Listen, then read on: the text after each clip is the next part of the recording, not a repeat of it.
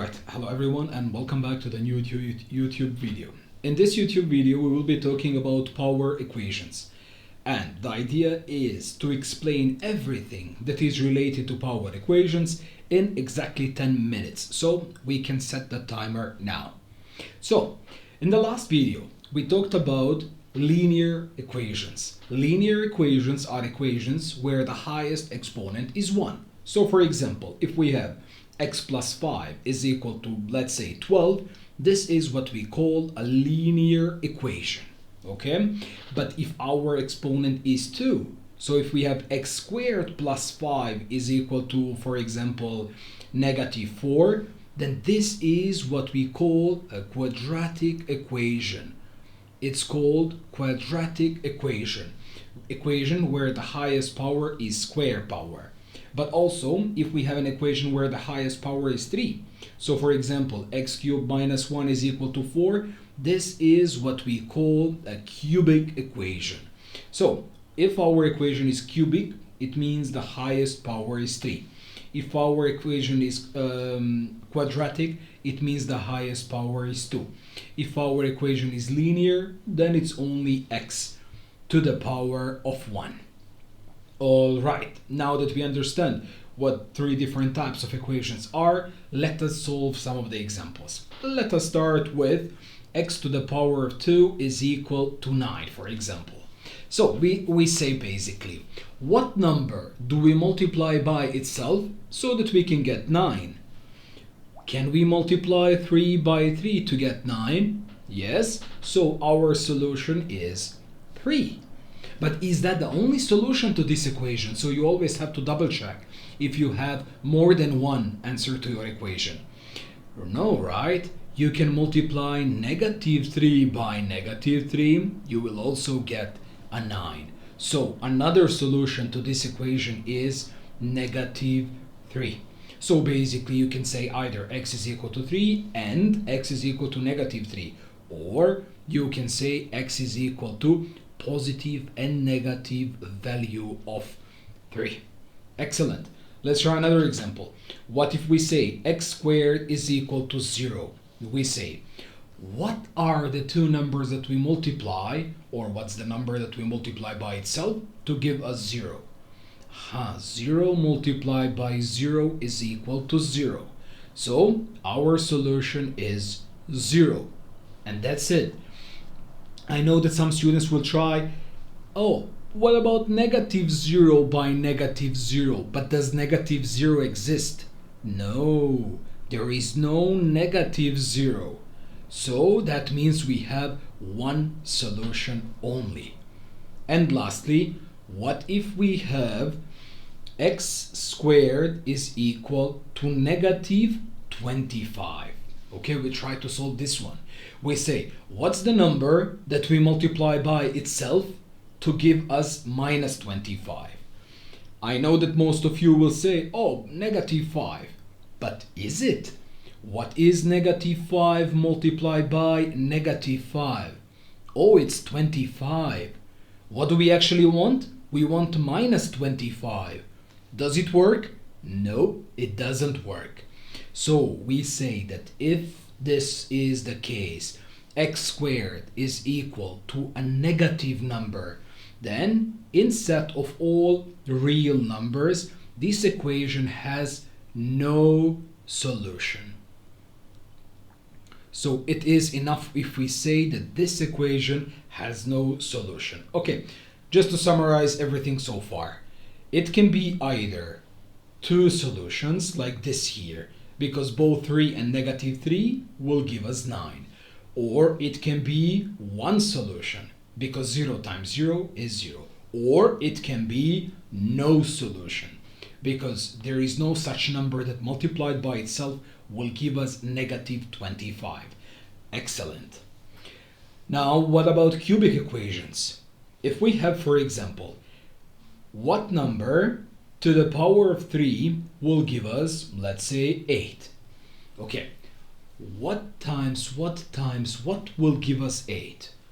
Okay, this one was easy. The answer is 2, right? Because 2 multiplied by 2 multiplied by 2 is equal to 8. Excellent. So the answer to this equation is 2.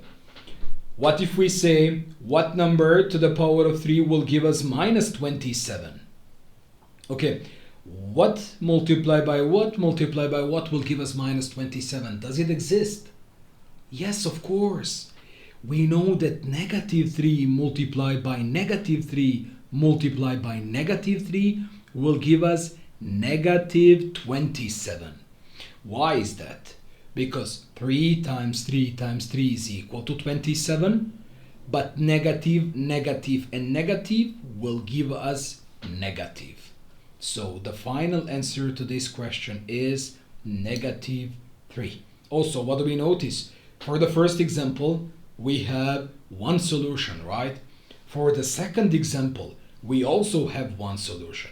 So there is no problem if we have negative when it's to the power of 3. Unlike having negative when it's to the power of 2. Alright, I hope that this is clear. Let us try some more difficult examples. Let's say we have 10 plus x squared is equal to 60. Okay, last time we learned we need to isolate the variable. So I need to move x because to move 10. Our 10 was positive. Opposite to that is negative 10, negative 10. Alright? 10 and negative 10 goes away. So we basically have x squared only. On the other side, 60 minus 10 is equal to 50. Now we ask, what number multiplied by itself will give us 50? Do we know the answer to that? Oh, we don't. But then we know that our solution is basically square root of 50. But not only that, it can be both positive and negative square root of 50. Okay, we can simplify this. You can split this into, so positive and negative. We can split 50 into 25 multiplied by 2, right? But then we know that square root of 25 is 5. So you can say positive and negative 5 radical 2. If you need more practice on this one, then you can find in one of the previous chapters simplifying radicals, and you can solve similar questions. Okay, what if we have, for example, x cubed minus 16 is equal to 0?